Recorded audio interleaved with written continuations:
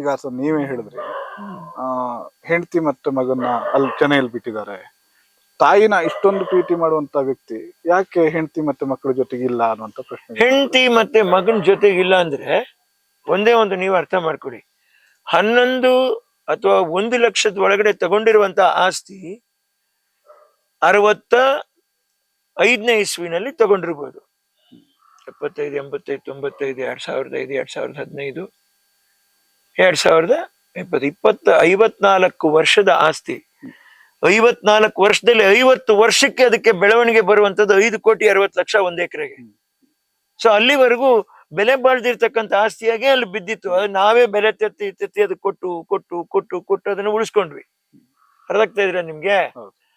ಈಗ ಅಲ್ಲಿರುವಂತದನ್ನ ಅವ್ರು ನೋಡ್ಲೇಬೇಕಾದ ಅವ್ರ ಕರ್ತವ್ಯ.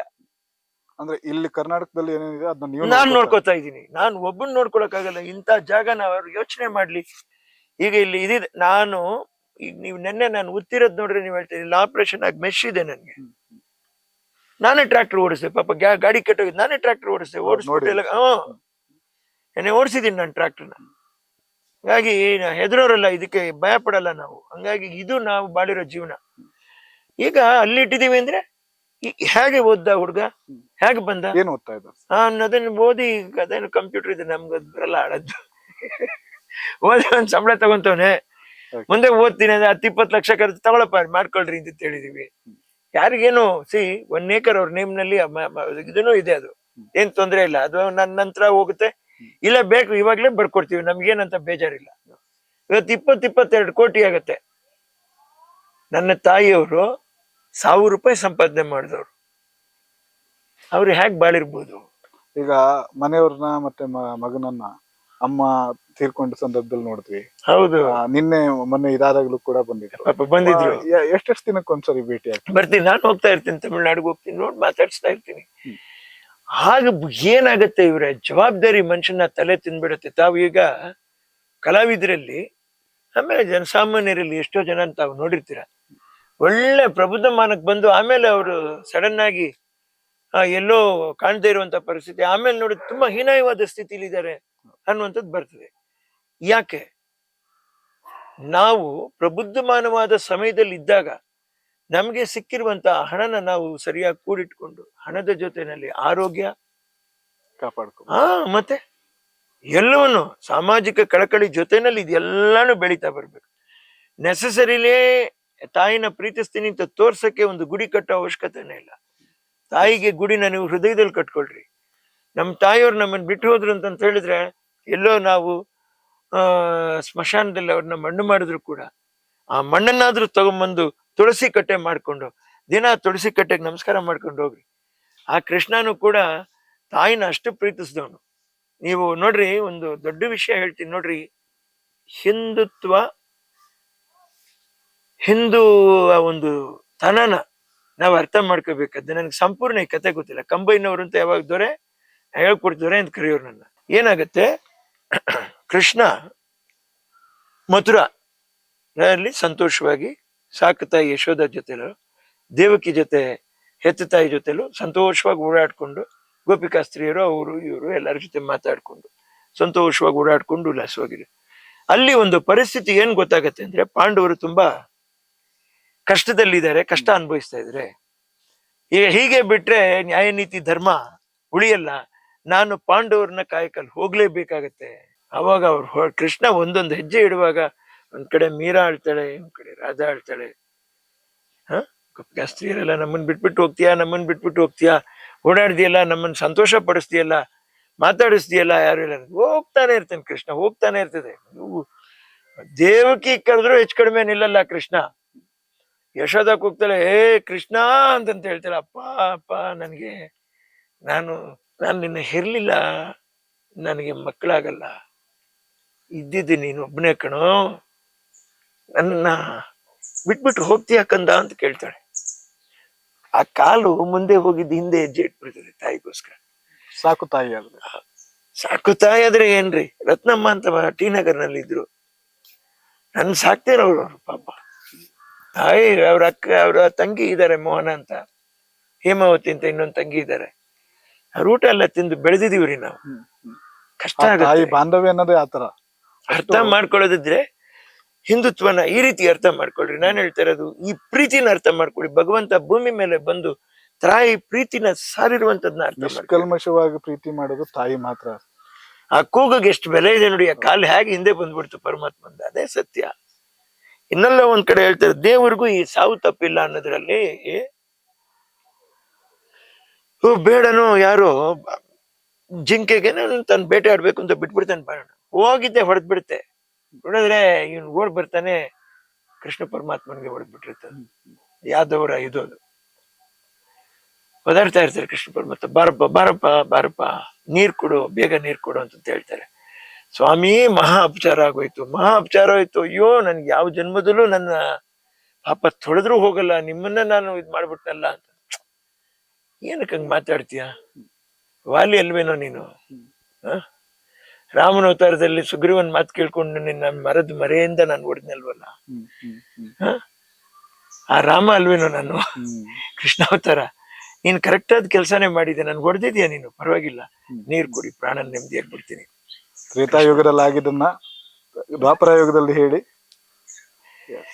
ಈಗ ನಾನು ಅದಕ್ಕೆ ಹೇಳ್ತಾ ಇದ್ದೀನಿ, ಅರ್ಥ ಮಾಡ್ಕೊಂಡು ಪ್ರೀತಿಯಿಂದ ಎಲ್ಲವನ್ನೂ ನಾವು ಇಸ್ಕೋಬೇಕು.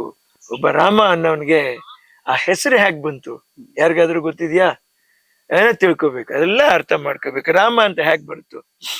ನಾರಾಯಣಾಯ ಅದರಲ್ಲಿರ್ತಕ್ಕಂಥ ನಾರಾಯಣಾಯದಲ್ಲಿರ್ತಕ್ಕಂಥ ರಾ, ನಮಃ ಶಿವಯದಲ್ಲಿರ್ತಕ್ಕಂಥ ಮ, ಎರಡು ಸೇರಿದ್ರೆ ರಾಮ. ಯಾಕೆ ರಾಮ? ಶಿವ ವಿಷ್ಣು ಅಂಶ ಹೊಂದಿದವನು. ಕರೆಕ್ಟಾ? ಹರಿ ಮತ್ತೆ ಹರ ಇಬ್ಬರದು. ಅಪ್ಪಾಜಿ, ಅದರಿಂದ ನಾನು ತಿಳ್ಕೊಂಡಿರೋದು ಇಷ್ಟೇನೆ.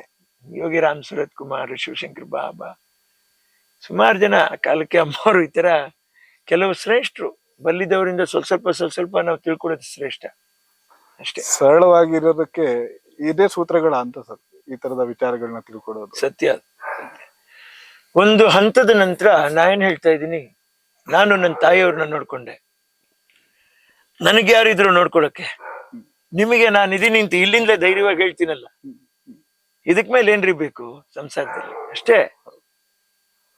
ಎಸ್ ಸರ್, ಈಗ ಕನ್ನಡ ಇಂಡಸ್ಟ್ರಿ ವಿಚಾರಕ್ಕೆ ಬಂದಾಗ ಹೀರೋಗಳ ಮಕ್ಕಳು ಹೀರೋಗಳಾಗಿದ್ದಾರೆ, ಕಲಾವಿದರ ಮಕ್ಕಳು ಕಲಾವಿದರಾಗಿದ್ದಾರೆ. ಆದ್ರೆ ಕಲಾವಿದೆಯ ಮಗ, ಒಬ್ಬ ಹೀರೋಯಿನ್ ಮಗ, ನೀವು ಇಂಡಸ್ಟ್ರಿಯಲ್ಲಿ ಪಾದಾರ್ಪಣೆ ಮಾಡುವಂತ ಸಂದರ್ಭದಲ್ಲಿ ಎಷ್ಟು ಕಷ್ಟ ಇತ್ತು ಸರ್? ತುಂಬಾನೇ ಕಷ್ಟ ಆಯ್ತು ಪಾಪ. ನಾನಾ ಕಷ್ಟ ಅನುಭವಿಸಿದ್ ಸಾಲದು ಅಂತ ಈ ಶಶಿಕುಮಾರ್ ಅವ್ರಿಗೂ ಅಷ್ಟೇನೆ ಒಳ್ಳೆ ಹೆಸರು, ನಂತರ ಏನೋ ಒಂದು ತಿರುವು ಜೀವನದಲ್ಲಿ ಪಾಪ. ಅದೆಲ್ಲ ಬಿಡಿ, ಶಂಕರ್ ನಾಗ್ ಅವ್ರು ಎಂತ ಡೈರೆಕ್ಟರ್ ಅವರು. ನಾವು ಯೋಚನೆ ಮಾಡೋ ಪರಿಸ್ಥಿತಿ ಏನ್ ಬಂದ, ಆಹಾರದ ಪದ್ಧತಿ ನನಗೂ ಬರೀ ಹೋಟ್ಲಲ್ಲಿ ತಿಂದ ಅಭ್ಯಾಸ, ಆಸೆ ಅಮ್ಮವ್ರಿಗೂ. ಆಮೇಲೆ ಆ ಬಿರಿಯಾನಿ ಮೇಲೆ ಏನೇ ಹುಚ್ಚು ನಮ್ಗೆ. ಆಯಪ್ಪ ಈ ತಿನ್ನೋದೆಲ್ಲ ತೋರ್ಸ್ಬಿಟ್ಟು ಬಾಯಿನಲ್ಲಿ ಆತನಿಗೆ ನೀರ್ ಬರೋದೆಲ್ಲ ನೋಡಿ ನೋಡಿ ನಾವು ಹೋಗಿ ತಿನ್ಬೇಕು ಅಂತ ಇದೊಂದು ಅಭ್ಯಾಸ ಆಗೋಗ್ಬಿಟ್ಟು, ಆಮೇಲೆ ಅದು ಬಿಡ್ಸಕ್ಕಷ್ಟು ಕಷ್ಟ ಆಗೋಯ್ತು ನನಗೆ. ಹಂಗೂ ಬಿಡಿಸ್ತೀನಿ ಎಲ್ಲ ಈ ಕಡೆ ನೋಡಿದ ತಕ್ಷಣ ತಲೆಯಲ್ಲಿ ಒಂದಷ್ಟು ದೂರ ಅದೇ ತಲೆಯಲ್ಲಿ ಜ್ಞಾಪಕ ಬರುತ್ತೆ. ಆಮೇಲೆ ತಿರುಗಿ ಹೋಗ್ಬಿಟ್ಟು ಯೂಟರ್ ನೋಡ್ಕೊಂಡ್ ಬಂದ್ಬಿಟ್ಟು ತಿರುಗಿ ಕೊಡಪ್ಪ. ಇತ್ತು ಒಳ್ಳೆ ಕಲಾವಿದ್ರು, ಬಾಲ ಕಲಾವಿದ್ರು, ಅವರು ರಾಷ್ಟ್ರ ಪ್ರಶಸ್ತಿ ವಿಜೇತರು, ಅದೆಲ್ಲ ಒಂದ್ ಕಡೆ ಇದ್ರು ಕೂಡ ಅಯ್ಯಪ್ಪಂದ ಅದೊಂದು ನಗುನು. ಆಮೇಲೆ ಆತ 100 ದಿವಸ ಆಗಿತ್ತು ನಾನು ಊಟ ಮಾಡಿತ್ತಾರ ಅಂತ ಬಾತು ತಿಕ್ಕೊಂಡು, ಹೇಗೆ ಇಷ್ಟು ಟೇಸ್ಟ್ ಬಂತು, ಹೇಗಿಷ್ಟು ಹಸು ಬಂತು, ಒಂದು ಆತ್ಮ ಮೈ ಮೇಲೆ ಸೇರಿ ನನ್ಗನ್ನಿಸ್ತಾ ಇದೆ. ನಾನು ಕೆಲವು ಟೈಮ್ ತಿಂದಾಗ ಸರಿಯಾಗಿ ತಿಂದ್ಬಿಡ್ತೀನಿ, ಹೆಂಗಿ ಈ ರುಚಿ, ಏನಿದು ನಾಲ್ಗೆ, ಏನಿದು ಈ ಹೊಟ್ಟೆ ಯೋಚನೆ ಮಾಡೋದು. ಯೋಚನೆ ಮಾಡಿದಾಗ ನಿಜವಾಗ್ಲೂ ಹೇಳಕ್ ಹೋದ್ರೆ ಇದೊಂದೇ ಪಾಡಿ ಭೂಮಿ ಮೇಲೆ. ಹೊಟ್ಟೆ ಕೇಳೋದು ದಿನಕ್ಕೆ 3 ಹೊತ್ತು ಸರ್, ನಾಲ್ಗೆ ಜಾಸ್ತಿ ಕೇಳ್ಬಿಡುತ್ತೆ. ಏನ್ ಮಾಡ್ತೀರ, ಸತ್ಯ ಅದು. ನೋಡಿ, ನೀವು ಕಂಡುಹಿಡಿತಾ ಇದ್ದೀರಾ.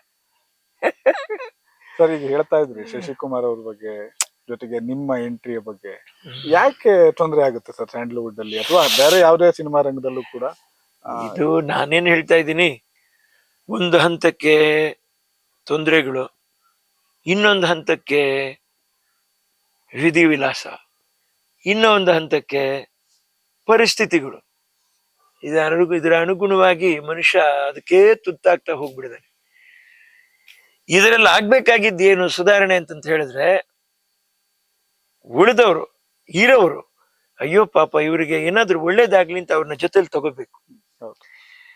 ಜೊತೆಯಲ್ಲಿ ತಗೊಂಡ ತಕ್ಷಣನೇ ಅವ್ರು ನಮ್ಗೆ ಒಳ್ಳೆಯವರಾಗಿ ಇರ್ಲೇಬೇಕು ಅನ್ನುವಂತ ಒಂದು ಸ್ವಾರ್ಥದ ಮೇಲೆ ನಾವು ತಗೊಳಕ್ಕಾಗಲ್ಲ. ಅವ್ರಿಗೆ ಹೆಸರು ಬಂದಾಗ ಅವ್ರ ಬದಲಾವಣೆ ಆಗೋದು ಅದು ಸಹಜ. ಅದು ಅವ್ರ ವ್ಯಕ್ತಿತ್ವಕ್ಕೆ ಅಷ್ಟೇ. ಅದನ್ನ ನಾವು ಎದುರು ನೋಡಿ ನಿನ್ಗೆ ಈ ಕೆಲಸ ಕೊಡ್ತಾ ಇದೀನಿ ಅಂತ ಕೊಡ್ಬಾರ್ದು. ಬೆಳ್ಕೊಂಡೋಗಿ ಚೆನ್ನಾಗಿರು ಅಷ್ಟೇ. ಈಗ ನನಗೆ ಒಂದು ಹೋರಾಟಕ್ಕೆ ಅಧ್ಯಕ್ಷ ಸ್ಥಾನ ಕೊಟ್ಟಿದ್ದಾರೆ. ನಾನು ಅಧ್ಯಕ್ಷನಾಗಕ್ಕೆ ಇಷ್ಟಪಡಲ್ಲ. ನೀವು ಪ್ರತಿಯೊಬ್ರು ಅಧ್ಯಕ್ಷರು ಅಂತ ನಿಮ್ ಮನೇಲಿ ನಿಮ್ ಮನ್ಸಲ್ಲಿ ಭಾವನೆ ಬಂದ್ರೆ ಈ ಹೋರಾಟನ ನೀವು ಗೆಲ್ತೀರಾ. ಅದಕ್ಕೆ ನೀವೇ ಮಾತಾಡಿ ಅಂತ ಬಿಟ್ಬಿಡಿ. ನಾನು ನಾಯಕನಾದವನ್ ಗುಣನೇ ಅದು ಸರ್. ಲೀಡರ್ ಅನ್ಸ್ಕೋಬೇಕು ಅಂದ್ರೆ ಎಲ್ಲರನ್ನು ಕೂಡ ಆ ರೀತಿಯಲ್ಲಿ ಮತ್ತೆ ನಿಮ್ಮ ಅನಿಸಿಕೆಗಳೇ ಏನು ಅಂತ ಗೊತ್ತಿಲ್ಲ, ನನ್ನ ಪಾಡಿಗೆ ನಮ್ಮ ಮಾತ್ರ ಮರ್ಯಾದಿರಲ್ಲ. ಈಗ ವಿನೋದ್ ರಾಜ್ ಅವ್ರ ಡ್ಯಾನ್ಸ್ ಬಗ್ಗೆ, ಅವರ ನಟನೆಯ ಬಗ್ಗೆ ಇಡೀ ಕರ್ನಾಟಕದ ಜನರಿಗೆ ಗೊತ್ತು ಸರ್. ಅಷ್ಟೆಲ್ಲಾ ಪ್ರತಿಭೆ ಇರುವಂತ ಒಬ್ಬ ಕಲಾವಿದನನ್ನ ಕನ್ನಡ ಚಿತ್ರರಂಗ ಸರಿಯಾಗಿ ಬಳಸ್ಕೊಂಡಿಲ್ಲ, ಕೆಲವಷ್ಟೇ ಸಿನಿಮಾಗಳಿಗೆ ಮಾತ್ರ ಸೀಮಿತ ಆಗೋಯ್ತು ಅನ್ನೋದು. ನನ್ನ ತಾಯಿಯವರು ಕೂಡ ಅಷ್ಟೇನೆ ಪಾಪ. ವೀಕೆಂಡ್ ವಿತ್ ರಮೇಶ್ ಅಲ್ಲಿ ಅದನ್ನೇ ಹೇಳ್ತಾ ಇದ್ರು, ಎಲ್ಲ ಇದ್ ಮಾಡಿದ್ರು ಬಳಸ್ಕೊಳ್ಳಿಲ್ಲ ಅನ್ನುವಂಥದ್ದು. ನನ್ನ ತಾಯಿಯವರೇ ಸಿನಿಮಾ ಮಾಡಿದ್ರು. ಆ ಸಿನಿಮಾ ಮಾಡಿ ಬಿಡುಗಡೆ ಮಾಡೋ ಟೈಮ್ ನಲ್ಲಿ ನಮ್ಗೆ ಗೊತ್ತಾಗೋದು ಅದ್ರ ಕಷ್ಟ ಏನು ಅಂತ ಹೇಳಿ. ಕನ್ನಡದ ಕಂದ, ಅದು ಕನ್ನಡದ ಕಂದ, ಅದು ಪ್ರೀವಿಯಸ್. ನಾವು ಡ್ಯಾನ್ಸ್ ಮುದ್ಮೇಲೆ ಕೃಷ್ಣನಿಗೆ ಕುಣಿದಾಗ ಮಾಡಿದ್ರೆ, ಆಮೇಲೆ ಸಿನಿಮಾ ಮಾಡ್ಲ ದ್ವಾರಕೀಶ್ವರ ಹಾಕೊಂಡು ನಮ್ನ. ಆಮೇಲೆ ನಾವು ಕಾಲೇಜ್ ಹೀರೋ ಮಾಡಿದ್ವಿ, ಒಳ್ಳೆ ಯಶಸ್ಸು. ಆದ್ರೆ ಆ ಪಿಕ್ಚರು ಏನ್ ಮಾಡ್ಬಿಟ್ರು, ಬ್ಯಾನ್ ಅಂತ ಬಂದ್ಬಿಡ್ತು ಸೆನ್ಸಾರ್ ಅಲ್ಲಿ ಹೋದಾಗ. ಅಲ್ಲಿಂದ 3 ತಿಂಗಳು ನಾವು 4 ತಿಂಗಳು ಕಾದಿದೀವಿ. 4 ತಿಂಗಳ ನಂತರ ತಮಿಳ್ನಾಡಿಂದ ಜಮಿನಿ ಗಣೇಶನ್ ಬಂದು, ಇರ್ಲಿ ಏನಮ್ಮ ಡ್ಯಾನ್ಸ್ ಏನು ಇದ್ರಲ್ಲಿ ನನಗೇನು ಗೊತ್ತಾಗ್ಲಿಲ್ಲ, ಒಂದು ಜ್ಯೋತಿ ಲಕ್ಷ್ಮಿದ್ ಯಾವ್ದಾದ್ರು ಕ್ಯಾಬ್ರೆ ಡ್ಯಾನ್ಸ್ ಇಟ್ಟಿದ್ರೆ ಚೆನ್ನಾಗಿ ನಿಮ್ಗೆ ಯು ಸರ್ಟಿಫಿಕೇಟ್ ಕೊಡ್ತಾ ಇದ್ರು ಏನೋ ಹಂಗಂದ್ಬಿಟ್ರು ಅವರು.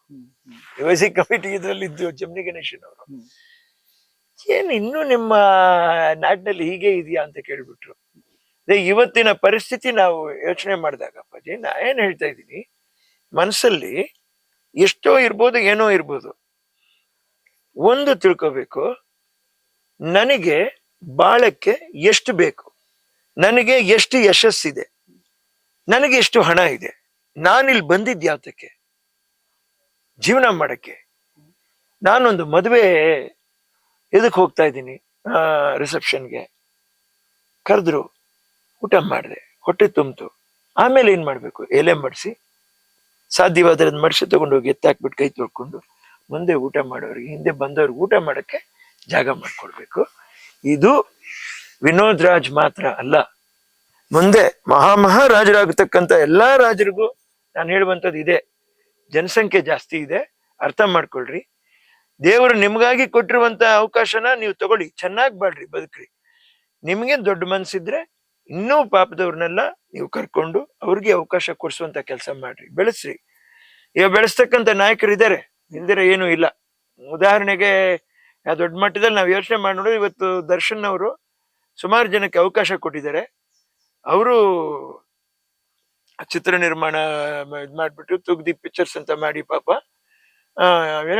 ಖಳನಾಯಕರ ಮಕ್ಕಳಿಗೇನೆ ಖಳನಾಯಕರ ಪಾತ್ರ ಮಾಡಿದಾರಲ್ಲ, ಅವ್ರ ಮಕ್ಕಳಿಗೇನೆ ಅವಕಾಶ ಕೊಟ್ಟು ಅದೇ ನವಗ್ರಹ ಇದೆಲ್ಲ ಮಾಡಿದ್ದಾರೆ ಅವರು.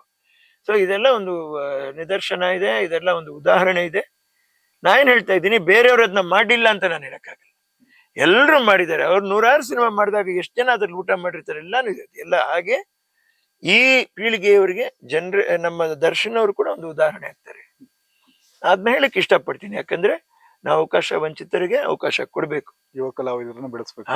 ಆ ನಿಟ್ಟಲ್ಲಿ ನೀವು ನೋಡ್ರಿ, ನಾನು ಹೇಳ್ತಾ ಇದ್ದೀನಿ, ಪ್ರತಿ ಮನುಷ್ಯನಲ್ಲೂ ಎಲ್ಲಾ ಗೊತ್ತಿರೋರು, 4 ತಿಳಿದವರು ಈ ಭೂಮಿ ಮೇಲೆ ಯಾರಿದ್ದಾರೆ? ಎಲ್ರೂ ಪರಿಶುದ್ಧವಾಗಿದ್ದಾರ? ಯಾರೂ ಇಲ್ಲ. ನಾವೇನ್ ಮಾಡ್ಬೇಕು, ಇರ್ತಕ್ಕಂಥ ಒಳ್ಳೇದನ್ನ ನಾವು ತಗೋಬೇಕು, ಒಳ್ಳೇದನ್ನ ತಗೋಬೇಕು. ಈಗ ಊಟ ಮಾಡುವಾಗ್ಲೂ ಅಷ್ಟೇನೆ, ಈಗ ನಾವು ಮಾಂಸಾಹಾರಿ ತಗೊಂಡಿದೀವಿ, ಮೀನಿದೆ ಇದ್ರಲ್ಲಿ, ಹಾಗೆ ಹಾಕಿ ತಿನ್ಬಿಡ್ತೀವ? ಇಲ್ಲ, ಅದ್ರಲ್ಲಿ ಮುಳ್ಳಿದೆ, ಅದನ್ನ ಬಿಡಿಸ್ಕೊಂಡು ತಿನ್ರಿ, ಅಷ್ಟೇ ತಾನೇ ಹೇಳ್ತಾ ಇರೋದು. ಮುಳ್ಳು ಬಿಟ್ಬಿಡ್ರಿ, ಮುಳ್ಳು ಯಾಕೆ ತಿನ್ನಕ್ ಹೋಗ್ತೀರಾ? ಮುಳ್ಳು ಚುಚ್ಚತ್ತೆ. ವಿನೋದ್ ರಾಜ್ ಬೆಳೆಯೋದು ಕೆಲವರಿಗೆ ಇಷ್ಟ ಇರಲಿಲ್ಲ, ಹೀಗಾಗಿ ಅವ್ರನ್ನ ತುಳಿಯೋದಕ್ಕೆ ಕಾಣದ ಕೈಗಳು ಕೆಲಸ ಮಾಡಿದ್ವು ಅನ್ನೋ. ಇಲ್ಲ ರೀ, ನೋ ಕಮೆಂಟ್ಸ್ ರೀ, ಭಗವಂತನಿಗೆ ಬಿಟ್ಟಿದ್ವಿ. ನೋಡಿ, ಅಮ್ಮ ಏನ್ ಹೇಳಿದ್ರು ಅಂದ್ರೆ, ಯಾರನ್ನ ನಂಬಿ ನೀನ್ ಹುಟ್ಟಿದೆ ಕಣಪ್ಪ, ಎಲ್ಲಾನು ಬಿಟ್ಬಿಡು, ಒಂದಲ್ಲ ಒಂದ್ ದಿವ್ಸ ನಿನ್ ಕಾಲ ಗೆಲ್ಲತ್ತೆ, ಜನ ನಿನ್ನ ಹತ್ರ ಬಂದೇ ಬರ್ತಾರೆ. ನಿನ್ನ ನಡತೆ, ನಿನ್ನ ಗುಣ ಅದು ಸರಿಯಾಗಿದ್ರೆ ಸರಿಯಾಗಿದ್ದೇ ಇರುತ್ತೆ. ನೋಡು, ಸರಿ ಅಲ್ವಾ? ವ್ಯವಸಾಯ ಮಾಡು, ಜನಸಾಮಾನ್ಯರಲ್ಲಿ ಸಾಮಾನ್ಯನಾಗಿರು, ಪ್ರತಿಯೊಬ್ಬರ ಹತ್ರ ಅವ್ರವ್ರ ಪರಿಸ್ಥಿತಿಗಳು ತಿಳ್ಕೊ, ಅದನ್ನ ಆಯ್ಕೆ ಮಾಡ್ಕೊಂಡು ನಿನ್ ಜೀವನದಲ್ಲಿ ನಿಂದೇ ಒಂದು ದಾರಿ ನಿನಗೆ ಕಾಣುತ್ತೆ. ಕಂಡುಬಿಡ್ತು. ಇವಾಗ ಇನ್ನು ಅದೇ ಬಾಳ್ತಾ ಇದ್ದೀನಿ. ಈಗೇನ್ ನಾ ಬಣ್ಣ ಹಚ್ಚಲೇಬೇಕಾ? ಜೀವನ ನಡೆಸ್ತಾ ಬಣ್ಣ ಹಚ್ಚದಿರ ಪ್ರತಿಯೊಬ್ಬರಿಗೂ ಒಂದು ಉದಾಹರಣೆ ತರ ಈಗ ನೀವು ಬಂದು ನನ್ನ ಹತ್ರ ಮಾತಾಡಿಸ್ತೀರ ಅಂದ್ರೆ ಜನಕ್ಕೆ ನಾನೇನ್ ಒಂದು ಒಳ್ಳೆ ವಿಷಯ ಕೊಡ್ತೀನಿ ಅನ್ನುವಂಥದ್ದು. ಈ ಗಳಿಗೆವರೆಗೂ ನಾನು ಹೇಳ್ತಾ ಇದ್ದೀನಿ, ಯಾವುದೇ ಸರ್ಕಾರ, ಯಾವುದೇ ದೇವರು, ಯಾವುದೇ ಜಾತಿ, ಯಾವುದೇ ಕುಲ, ಯಾವುದೇ ಇನ, ಇದು ಯಾವುದು ನಮ್ಗೆ ಏನೋ ಮಾಡಲ್ಲ. ನಮಗೆ ಕೈ ಅನ್ನೋದು ಕೊಟ್ಟಿದ್ದಾನೆ, 2 ಕೈಗಳು, ಕಾಲುಗಳು, ಕಣ್ಣು, ಮೆದುಳು, ತಿಳುವಳಿಕೆ ಎಷ್ಟು ದೊಡ್ಡದು. ಅದನ್ನಿಟ್ಕೊಂಡು ನಾವು ಜೀವನ ಮಾಡ್ಬೇಕೇ ಹೊರತು ಅವರೇನೋ ನನಗ್ ಕೊಡ್ಲಿಲ್ಲ, ಇವರೇನೋ ನನಗ್ ಕೊಡ್ಲಿಲ್ಲ ಅನ್ನುವಂಥದ್ದು ಯಾವ ಕನ್ನಡಿಗರು ವಿಶ್ವದಲ್ಲಿ ಯಾರು ಈ ಕೈ ಎತ್ತಿ ತೋರಿಸುವಂತ ಕೆಲಸ ಮಾಡಬಾರ್ದು ಅಂತ ನನ್ನ ಅನಿಸಿಕೆ. ಅದು ಇನ್ನೊಂದ್ಸರಿ, ಈಗ ವಾಹಿನಿಗಳು ಇರ್ತವೆ, ಆ ವಾಹಿನಿಗಳಲ್ಲಿ ಸಾಕಷ್ಟು ರಿಯಾಲಿಟಿ ಶೋಗಳು ನಡೀತಾ ಇರ್ತವೆ, ಅದರಲ್ಲಿ ಡಾನ್ಸ್ ಶೋಗಳು ಕೂಡ ನಡೆಯುತ್ತೆ. ನೀವು ನಮ್ಮ ಕರ್ನಾಟಕದಲ್ಲಿ ವಿನೋದ್ ರಾಜ್ ಇರ್ಬೋದು, ಪುನೀತ್ ರಾಜ್ಕುಮಾರ್ ಇರ್ಬೋದು, ಈ ತರದ ಒಳ್ಳೊಳ್ಳೆ ಡಾನ್ಸರ್ಸ್ ಇದ್ದಾರೆ.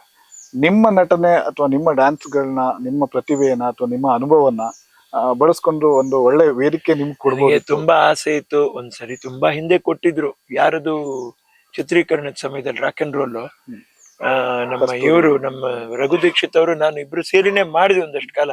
ಆಮೇಲೆ ನನ್ಗೆ ಅದ್ರೊಳಗಡೆ ಹೋಗಕ್ಕಾಗ್ಲಿಲ್ಲ, ಕಷ್ಟ ಆಗೋಯ್ತು, ಜವಾಬ್ದಾರಿ ಜಾಸ್ತಿ ಬಂದ್ಬಿಡ್ತು. ನಾವೇ ಇದನ್ನ ಮೇಂಟೈನ್ ಮಾಡೋ ಪರಿಸ್ಥಿತಿ, ಜನಗಳ ಸಂಬಳ ಕೂಲಿ, ಅಲ್ಲಿಗೆ ಹೋದ್ರೆ ಇದನ್ನ ಮಾಡಕ್ಕಾಗಲ್ಲ. ಸೊ ಹಾಗಾಗಿ ಅಮ್ಮದ್ನೇ ಹೇಳೋರು, ಅಲ್ಲ, ಜನರ ಅಪೇಕ್ಷೆ ಪಡ್ತಿದ್ದಾರೆ. ಹೌದು, ಸತ್ಯ. ಅಮ್ಮವ್ರು ಹೇಳೋ ಮಾತು ನೋಡ್ರಿ, ಎಂತ ಮಾತು ಹೇಳೋರು. ಇಲ್ಲಮ್ಮ, ನೀನು ಊಟ ಮಾಡಮ್ಮ, ಅಲ್ಲಿ ಶುಗರ್ ಬಂದಿದೆ ಕಣು, ಏನೋ ತಿನ್ನಕ್ಕಾಗತ್ತೆ, ನೋಡ್ಬೋದು, 1-2 ಮೂಸ್ ನೋಡ್ಬೋದು. ನೋಡು, ನೋಡಕ್ಕೆ ದೃಷ್ಟಿ ಚೆನ್ನಾಗಿದ್ದಾಗ ನೋಡುವಂತ ವಸ್ತುಗಳೆಲ್ಲ ಸಿಗ್ಬೇಕು ನಮ್ ಕಣ್ಣಿಗೆ, ಆಯ್ತಾ? ಹಲ್ಲುಗಳು ಗಟ್ಟಿ ಇದ್ದಾಗ ತಿನ್ನುವಂತ ವಸ್ತುಗಳು ಸಿಗ್ಬೇಕು ಕಣೋ. ಎಲ್ಲಾ ಕಳ್ಕೊಂಡ್ಮೇಲೆ ಅದು ಸಿಗತ್ತೆ ಕಣಪ್ಪ, ಆದ್ರೆ ತಿನ್ನಕ್ಕಾಗಲ್ಲ, ಅನ್ಭವಿಸಕ್ಕಾಗಲ್ಲ. ಏನೋ ಭಗವಂತನ ಲೀಲೆ ಅಂತ ಕೇಳ್ತಾರಮ್ಮ. ದೇವ್ರ ಮೇಲೆ ಬೇಜಾರು ಮಾಡ್ಕೊಂಬೇಡ, ಎಚ್ಚರಿಕೆ ವಹಿಸ್ಕೋ, ಆಹಾರ ಪದ್ಧತಿಗಳನ್ನ ಸರಿ ಮಾಡ್ಕೋ. ಜೀವನ ಅನ್ನುವಂಥದ್ದು ಇಷ್ಟೇ, ನಮಗ್ ಬೇಕು. ಹಸುವಿದ್ದಾಗ ನಮ್ಗೆ ಅದು ಅವಕಾಶ ಸಿಗಲಿಲ್ಲ. ಹೊಟ್ಟೆ ತುಂಬಿದ ಮೇಲೆ ನನಗೀಗ ದುರಹಂಕಾರ ಬಂದಿದೆ ಅಂತ ನಾನು ಹೇಳ್ತಾ ಇಲ್ಲ, ನನಗೆ ಜವಾಬ್ದಾರಿ ಬಂದಿದೆ. ನಾನೇನ್ ಮಾಡ್ಲಿ? ಈ ಹಳ್ಳಿಗೆ ಬಂದ್ ಸಿಗಾಕೊಂಡ್ಬಿಟ್ಟೆ. ಜನ ಕೇಳ್ತಾರೆ, ಅವ್ರನ್ನ ಕೂರ್ಸ್ಕೊಂಡೆ ನಾನು ಮಾತಾಡಿಸ್ತಾ ಇದ್ದೀನಿ. ಈಗ ನಿಮ್ಗೆ ಅವಕಾಶ ಬಂದ್ರು ಕೂಡ ಅಲ್ಲಿ ಹೋಗೋದು ಕಷ್ಟ ಆಗ್ಬಿಡುತ್ತೆ ಅನ್ನುವಂಥದ್ದು. ಹಣ ಹಿಂಗಾಗೋಗ್ಬಿಡ್ತು ಅಂದ್ರೆ ಇಲ್ಲ, ನಾನೇ ಓಡ್ ಬಂದ್ಬಿಡ್ತಾರೆ, ಏನ್ ಮಾಡ.